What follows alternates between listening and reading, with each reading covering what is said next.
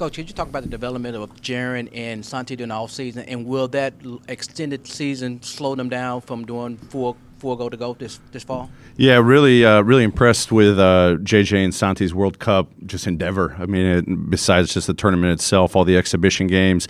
Was fortunate enough to go see them in Spain with that 3-team tournament, which was awesome. Spent time with them. Both guys really relished the opportunity to represent their countries, but continue playing high-level basketball even during the summer, which you don't always get. So I don't think it'll slow them down. Talking with our medical team, those guys are in obviously great shape, and in the back of my mind, obviously we'll be smart in terms of trying not to overtax them. But all indications are those guys don't have anything alarming coming into the season that we have to be cautious about. I think they're full go. I think both guys gained so much of that experience. Obviously, JJ playing a different role, obviously in a different system, just, thinking the game differently. I think he credits that a lot. Obviously, he was kind of used in some different situations too. But he and I talked about just take the positives from the experience. And obviously, Santi just continuing to grow his role. Obviously, he came off the bench. Sometimes he started, but he was super aggressive. And I loved his attack mentality, both sides of the floor. So I think both those guys benefit greatly from not just the games, but the training, obviously the responsibility to represent their countries. I think those guys are fired up to kind of carry that over to the start of the season. Taylor in the back, right? There you go. After so many months of unknowns about with Ja, how good does it feel? We just talked to Zach about knowing that Ja is going to be there during practice, is going to be there on the trips. I mean, what does that mean as the head coach to know that Ja will be surrounded by his team and then kind of be able to roll into the season once the suspension plays itself out? Yeah, it's great. Finally, so many conversations happened throughout the summer. I think it's so important that he's with us. I mean, he's so important to our team. And obviously, I know he's going to be out of gameplay, but being fully immersed in our team environment, practices, shoot-arounds in the locker room, obviously traveling, it's huge. And it's not just about, the teammates supporting him. It's him supporting his teammates as well. It goes both ways. I think it's great having that clarity for sure because he's so impactful to our team. He's so impactful, on the floor, but what he can do just in the team spaces as well.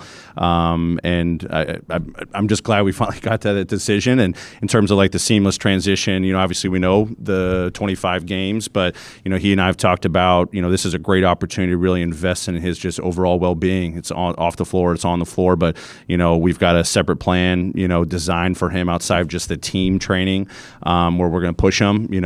He's excited about him, how we can challenge him even more to when we talk about being the best version of Ja, moving forward. It's all areas. It's his body. It's reading the game. It's the skills that he can develop so that when he comes back, he sees where the team's at. He trusts the team trusts him with all the work he's doing so that it is a seamless transition come, game 26. So very glad, that he's around the team, because obviously I'm bringing a different message to the team at the start of the year, where we've got to reestablish some things, refocus on some things, and that's for everyone. That starts with me.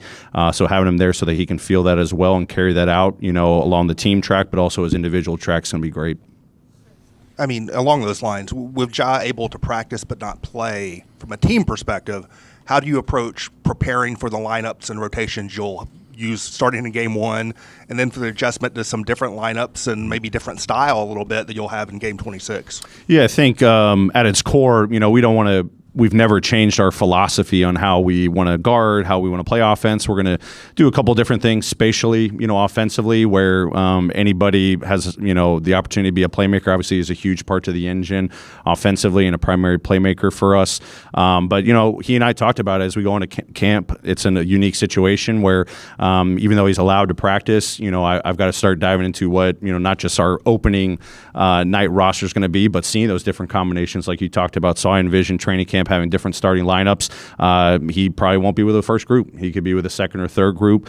So he's still integrating with his teammates, but I've got to have a focus on what's best for the team, not just for the start of the regular season, but even throughout training camp and throughout the preseason slate to give different guys opportunities. I've talked to the entire roster about how I'm going to do different things from a guard wing combination, even our bigs throughout, just so that I was probably too stubborn in the past. I've got to be more open-minded to trying different things. I know this opportunity presents itself, but I want to to be better suited now so that even as the regular season unfolds and hopefully beyond, I'm better prepared to make the best decisions possible for what's needed from the team that night. So he and I have talked about that. Team understands. I've talked to guys about that as well, how roles will be changing and how we navigate through camp.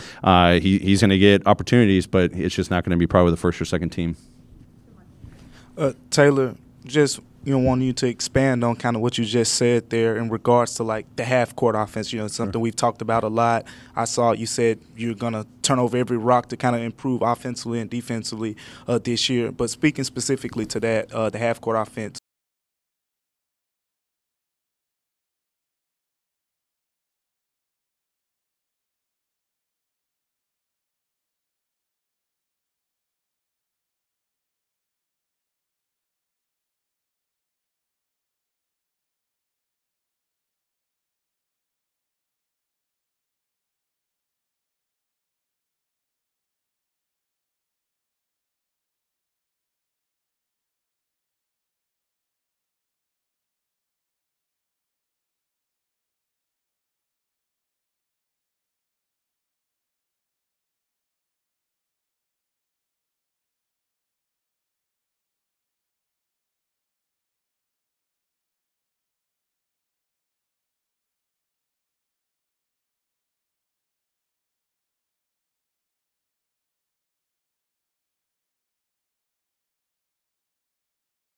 And we're going up against a set defense and flow, one possession to the next. We want to have better organization, better reads, play with better spacing.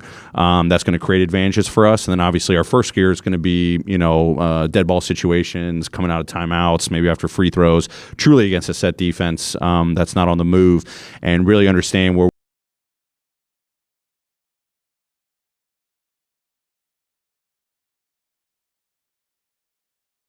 is the development behind it, and really diving in more of how we're structuring our individual workouts, our vitamins, to basically have this game plan, but how are we going to produce at the end of the day? How are we going to space appropriately? How are we going to play, make, and pass appropriately?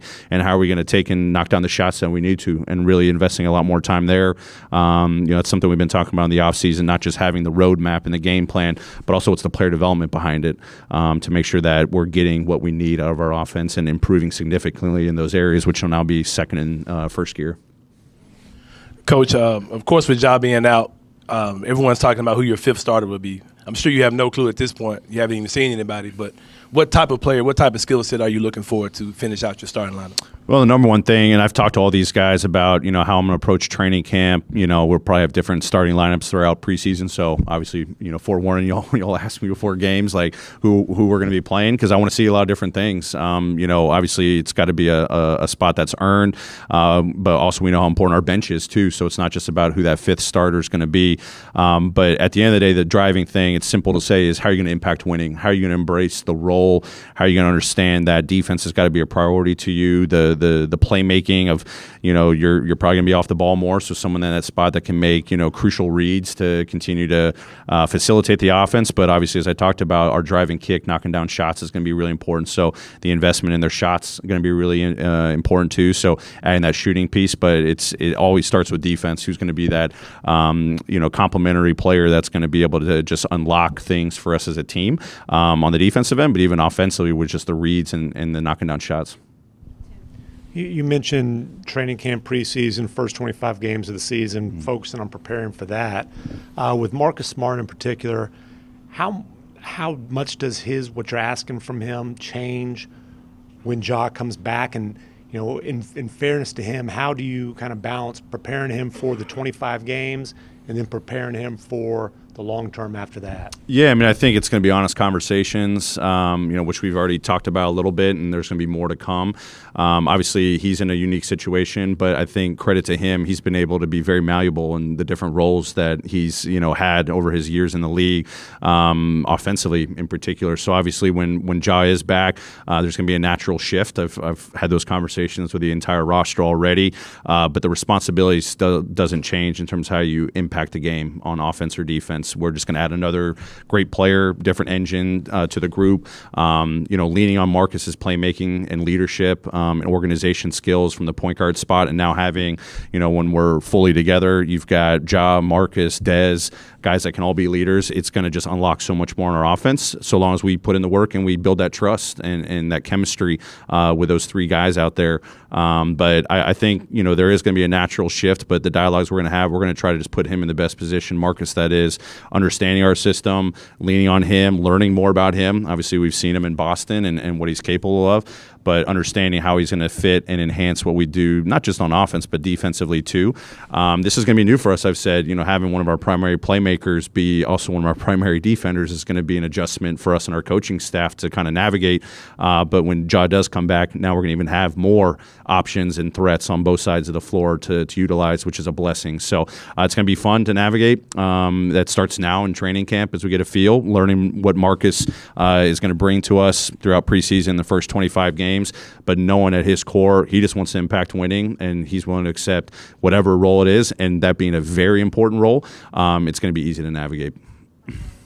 Taylor, how much do you guys – there's obviously a program for just about everybody on the roster, priorities and everything, but where is Zaire right now in terms of how much you've had to learn about him as a player, but also physically and just mentally in terms of approaching this year? What do you expect from him?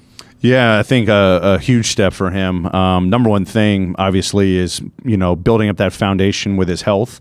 Ended last season healthy, but we really just kind of doubled down, throughout the offseason and towards the end of the regular season and then the playoffs to really just give him all the tools. Really just studying, the inner workings of Zaire Williams and making sure he's got all the resources possible to be fully healthy. I think he attacked his offseason beautifully. Was highly committed to it. One of the hardest workers, but kind of knew what to work on. So he's in great shape, great spirits. He's looking good. All the testing that we've done. So I anticipate him having that behind him and having a great routine and regimen and commitment to his health. And then just we talked about role with him a lot. Just how he's going to make an impact on winning for us. That he could have a malleable role definition as well. Is it starting? Is it coming off the bench? All geared towards you can really be something special on the defensive side, which we've seen. Your health's going to allow you to be on the floor, which we all know. But he's been really wired with attacking that, from a mental standpoint that will then go into his individual workouts from a defensive standpoint. And then he's got unique skills with his size, 6'9", 6'10", being another guy that can grow into a playmaker role within our offense, and then just really investing in that three-point shooting. You'll hear that a lot. There's so many guys on our roster, defense, playmaking, reads, but then three-point shooting. We're not trying to put anyone in a box, but I think he's going to really grasp that. He's got a kind of a chip on his shoulder to, bounce back. He openly talked about that with me. Is after a good rookie season, he didn't have the season that he expected in his sophomore year, and he attacked his offseason with a different mentality that I think is going to really translate to taking that big step here in year 3 for him. Hey Taylor, back to Marcus for a second. So, he has a reputation of being a leader and a practice intensifier. Mm-hmm. You have a very competitive team that's been together for a while. Do you suspect that training camp, as somebody tries to become a leader and sort of bring the guys along, could be tense, or is that a smooth transition where he can just step in and be a leader right away? I think it's going to be a smooth transition. I tell anybody that comes into our group for the first time, but especially when I've had dialogues with Marcus, I want to be you. I want you to be you. He and I talked about it multiple times throughout the summer that he loves the practice environment. Obviously he loves the game environment, but he really embraces the preparation for the game. And not just for himself, but helping his teammates. He openly talked about that as the tone that he sets, the energy he brings in practice every single day serves one purpose. It's to make others better so that we're better in the games. And we plenty of examples that he and I, he shared with me. But I think it's going to be seamless because our team needs it. Our team's looking for it. And I think he's going to naturally do it in the right way because it's all with the intent of making others better, and it's all to lead to winning basketball at the highest level. Marcus has experienced it at the highest level, playing in numerous conference finals, all defensive player, played in the NBA finals. None of our guys have been there, so we've got to learn from him, and if he does it naturally, I think everyone knows, but they haven't seen it. Right? Tomorrow's going to be the first exposure to it, but I think it's going to all fall on the intent of this is going to help us get better. And when I've talked to him, he explains it. He tells others why he's doing it so that it can be received as it needs to be to help us get better.